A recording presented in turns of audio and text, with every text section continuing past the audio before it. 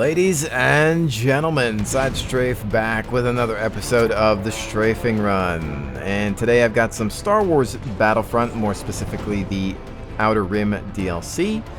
Got a little bit of Tom Clancy's The Division and World of Warships. But to get things started, this is the new expansion for Battlefront. It's called Outer Rim.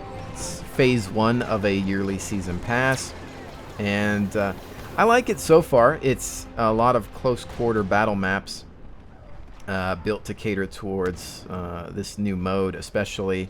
This is a cargo transport mode, very similar to that of which we can find in other first-person shooters. So it's not a new idea, but it works here in Star Wars Battlefront. I think this mode always comes down to beautiful map design, and I think DICE nails that. This Jabba's Palace level is absolutely exquisite, and it's a lot of fun to explore if you can.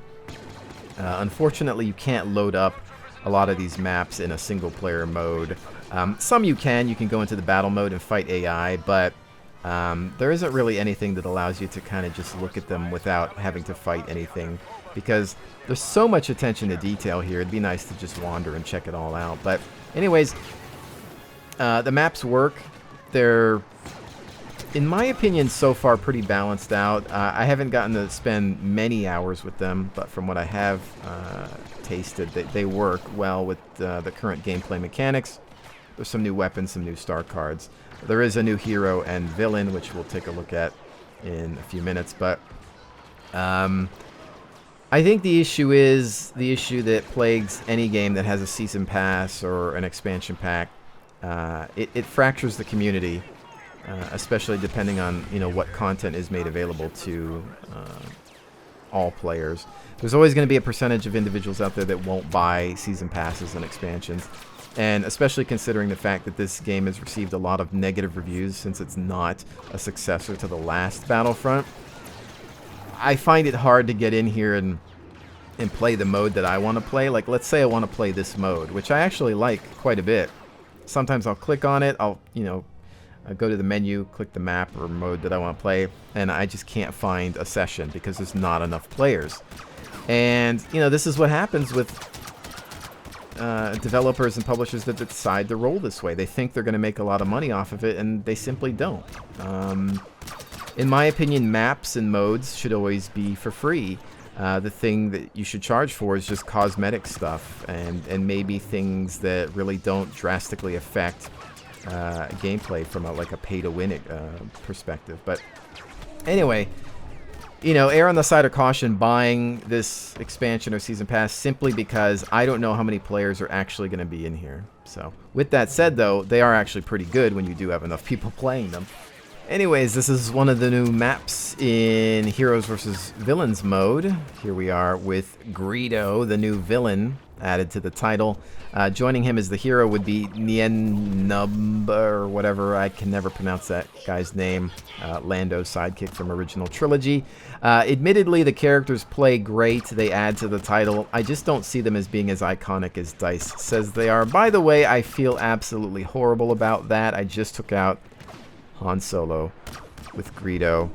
I guess you can rewrite history with these characters now, which means that they added George Lucas as a playable character. But anyways, yeah, they work. They're fun to play. I just don't think they're super iconic. I thought it was an April Fool's, like an early April Fool's joke, admittedly. I hope that they're going to add more than they originally promised, because they said they were going to add 4 new characters throughout the season pass. This is 2, so I'm kind of hoping that these were the gag characters. Even though they're good, I kind of hope that they add more on top of the ones that they said they were, because there's some missing that we'll never get to if that's the limit. Okay, moving right along, Tom Clancy's The Division. Now, whether you are playing this or not, whether you have any interest in it or not, please do me a favor and take a look at the links in the description below and check out this dual perspective series that I'm working on with Anchor 654. Now, this is a snippet from our last video called No Sleep Till Brooklyn, It's one of the firefights found within, and this showcases that dual perspective editing style. Basically, jump cuts between two characters, and these take a very long time to make. To give you an idea, it took about a week to finish editing a 25 minute episode, and that's not even counting the play session. So much work goes into these. It's the most editing that I've ever done in my entire life. Anchor's been helping me quite a bit as well, and I very much appreciate that. But these take quite a while to complete, and the truth is they're not getting a lot of views, and it's a bit demoralizing when you know how much time and effort goes into these things, and they just don't get a lot of attention. So please do me a favor. I don't ask my audience for much ever. Check out at least one video, preferably the last one, and help share them. Maybe you'll actually like watching them. I don't think you have to have the game or like the game to enjoy it for what it is, like a TV series. Anyways, World of Warships and the New York class battleship. Why am I in this vessel when there are a bunch of new ships I could be taking a look at? Well, the real reason is in April I will be out of town for a few days, and one of the things I'll be doing is visiting the USS Texas, which is the sister ship to the New York, and within the same classification. The last remaining dreadnought, I believe, launched in 1914. She's survived 2 world wars. That right? That son of a gun has seen World War I, and it still exists, maintained by the state of Texas. It is a floating museum now, and you can visit her. I'm really looking forward to this, not just because it's a cool piece of military technology, but it's a piece of history. Okay, 1914 it was launched. Now, of course, it's upgraded. It was upgraded to World War II specs. I think one of the first battleships to see anti-aircraft gun emplacements. But gosh, to be able to walk on something from that era, to be able to, in a way, pay your respects to the men that served on her, to kind of understand what people had to go through back then. I think it's important to maintain military history. Yeah, it's cool. Big old guns, I mean, yeah, it's neat, right? And a lot of people might make fun of Americans for being gung-ho and maintaining these things. But no, I think if you speak to somebody that really understands history, you'll get a better answer as to why we maintain these things. It's a matter of respect, and I think it's great, and I'm proud to be part of a nation that does maintain these things. Yeah, it's expensive. Yeah, we're a country that could at the time and can maintain these things. It almost wasn't meant to be, though. The government did offer the Texas to the state, and originally it was declined, but I think a lot of people got behind the cause, and it's like, no, we got to get this.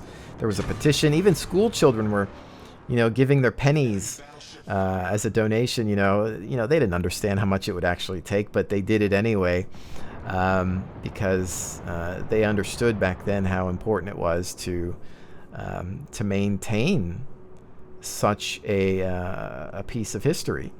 And it still exists. Now, I don't know what condition it's in, and perhaps it might still need some help, and these are things that constantly have to be maintained and restored, and it's not cheap. But water and metal don't really mix very well, and things can age on their own, and hopefully these things will survive for generations to come. But beyond that, I will be out there with Anchor 654.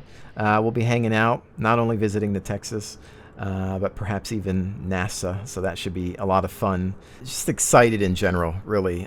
She's great people, and I think we got a lot of fun things planned. So I'll try to keep everybody posted with Twitter pictures of the ship, and whatever interesting sites we come across.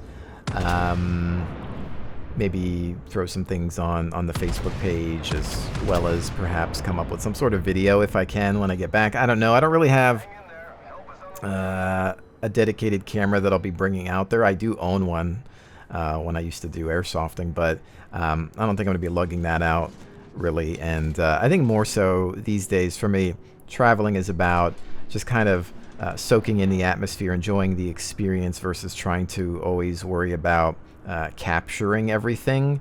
I don't know, maybe I need a minion like Jingles sometimes. I think not a bad idea, but there will, of course, be a delay in content, although there already has been a delay in content lately, simply due to the fact that I've been spending more time on editing than I ever have been in the past.